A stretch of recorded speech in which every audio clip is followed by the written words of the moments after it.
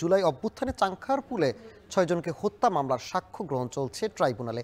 এ বিষয়ে বিস্তারিত জানাতে সেখান থেকে যুক্ত আছেন সহকর্মী জাহিদ হাসান। জাহিদ, জানাবেন যে ১৩ সেনা কর্মকর্তার বিরুদ্ধে গুমের মামলার তারিখ পরিবর্তনের আবেদনের বিষয়ে বিস্তারিত কি তথ্য আছে আপনার কাছে?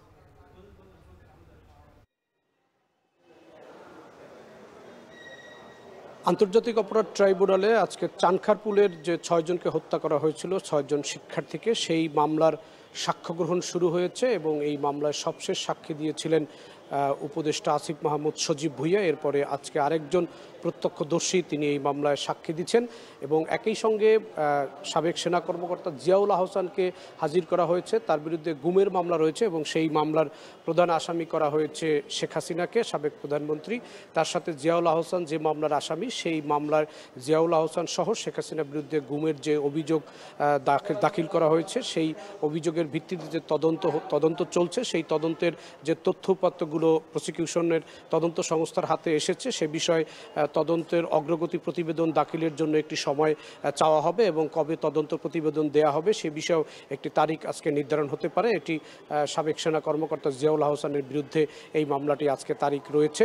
একই সঙ্গে গত অক্টোবরের যে গত সপ্তাহে যে সাবেক সেনা কর্মকর্তাদের আনা হয়েছিল ১৫ জনকে, এর মধ্যে ১৩ জনের বিরুদ্ধে গুমের অভিযোগ রয়েছে। এই ১৩ জনের বিরুদ্ধে যে দুটি গুমের মামলা হয়েছে, সেই মামলা যে তারিখ নির্ধারণ করা হয়েছে ১৯শে নভেম্বর, সেই তারিখটি পরিবর্তনের জন্য প্রসিকিউশনের পক্ষ থেকে একটি আবেদন করা হয়েছে। সেই আবেদনের উপরে শুনানি হবে এবং এছাড়া ফার্মগেট এলাকায় জুলাই আগস্টের গণঅভ্যুত্থান, সেই গণঅভ্যুত্থানে যিনি নিহত হয়েছিলেন গোলাম নাফিস, তার মামলার আজকে তদন্ত প্রতিবেদন দেওয়ার উপরে শুনানি রয়েছে।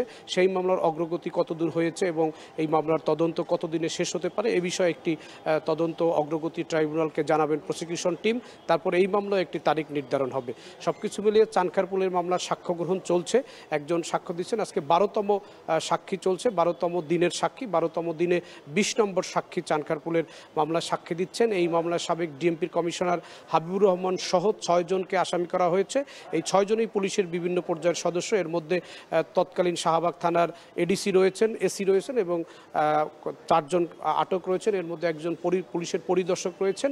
এছাড়া বাকি যে ৩ জন রয়েছেন তারা পুলিশের কনস্টেবল হচ্ছেন। এই মামলায় ৮ জন আসামির মধ্যে ৪ জন গ্রেপ্তার রয়েছেন, ৪ জন পলাতক রয়েছেন এবং তাদের বিরুদ্ধে চানখারপুলে ৬ জনকে হত্যার অভিযোগ আনা হয়েছে।